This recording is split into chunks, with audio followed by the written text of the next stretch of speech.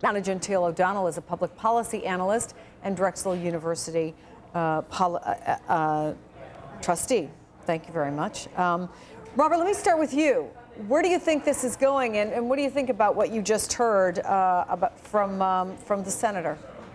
I think Senator Hatch is making some good points. This is probably going to pass in the Senate, Chris, but I was outside of that House Democratic caucus meeting last night, and there are still many frustrations. But even progressive Democrats told me last night that this thing probably will pass the House, that the Democrats recognize they don't want to be responsible for middle-class tax hikes come January. Yeah, they don't want to be responsible, David, for middle-class tax hikes, and yet where is the outrage, either on the left or the right, over the deficit? Well, I think there is outrage. I think that people are saying, look, talk's easy. No, it is. Talk is absolutely easy. But I think, the other thing that they were concerned about, too, were the unemployment benefits. And I think that President Obama is starting to look like the pragmatist here by saying, look, there are certain things that we're going to have to concede. And I think he's sort of separating himself from the liberal Democrats. And I think that's going to serve him well politically. All right.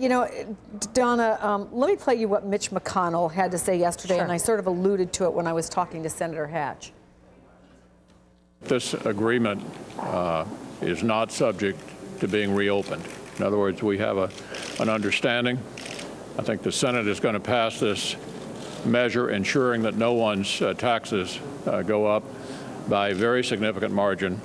And I hope that our friends in the House will understand that that's the best way to go forward. Sounds a little bit like a warning. Is there danger in the Democrats trying to go beyond basically venting about this? I think there is a danger, and I hope that what the Democratic leadership will do is hold the line and move this forward with the president.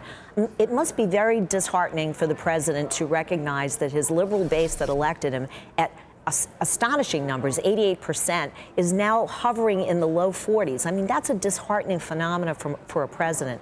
And I think that the liberal base of the party needs to recognize that this is about governing, and governing requires compromise. McConnell has made his position clear. The Senate leadership has made their position clear. I hope that the House will follow suit, because at the end of the day, we need to govern. It can't just be about elections. Yeah, some people will argue, though, David, that one person's compromise is another person's business as usual, that you make all these grandiose statements when you're running for office. You make even grandiose statements when you're in office about the things you're going to do or not let happen.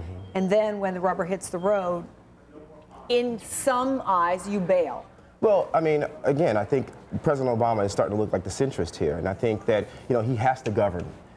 He can't just let these tax cuts expire. I think there's pressure on him, and so I think he's pretty much giving up some ground here. But I think ultimately, he's going to be rewarded for it. And again, he's not making these permanent. I think this will be up for debate again, and I think I think he's going to have the advantage if unemployment goes down. Let me talk a little bit too, David, Robert, about this $1 trillion spending bill that's coming up that they're going to need to support government. The GOP and a few Democrats as well making a big deal about these earmarks. Now, on a percentage base, it's a very small portion of this entire spending bill. And there's a look at where some of the earmarks are. For $247,000 for virus-free wine grapes, and peanut research is due to get $413,000. I mean, this is nothing new in Washington, but given the political climate, is it very smart for them to have these kind of earmarks in this bill? No, I don't think so at all. Both sides in this omnibus spending bill have earmarks. And so Jim DeMint, the senator from South Carolina, that dogged conservative, he told me last night at the Capitol that he's ready to read this entire spending bill aloud in order to really put the pressure on the Democrats to say, are you really in this political climate going to add this many earmarks? Somebody said that'll take a dozen hours or more. And I should point out, on the other hand, Mitch McConnell has spoken against it, and yet he hasn't pulled his big earmark out of it. That's a great point. Yeah. Senator McCain told me last night that it's really up to the GOP appropriators here. Guys like Kit Bond and Bob Bennett, retiring Republican senators, are they going to really push to have their own earmarks included? You make a great point there. Republicans and Democrats have earmarks in this omnibus spending bill, so who's going to cave first? Yeah. And we can't forget that the Democrats actually did, they're actually coming up under what President Obama actually requested. $26 billion. So, I mean, there is some good about this as well. Yeah, I'm not saying it's all bad. I'm just questioning whether in this particular climate, this is the best time to be looking at earmarks. If they emphasize on a percentage basis what it adds up to and it produces votes, I think that they can sell that. But it's still a tough call. All right. Donna, thank you very much. David, Robert, we appreciate your time.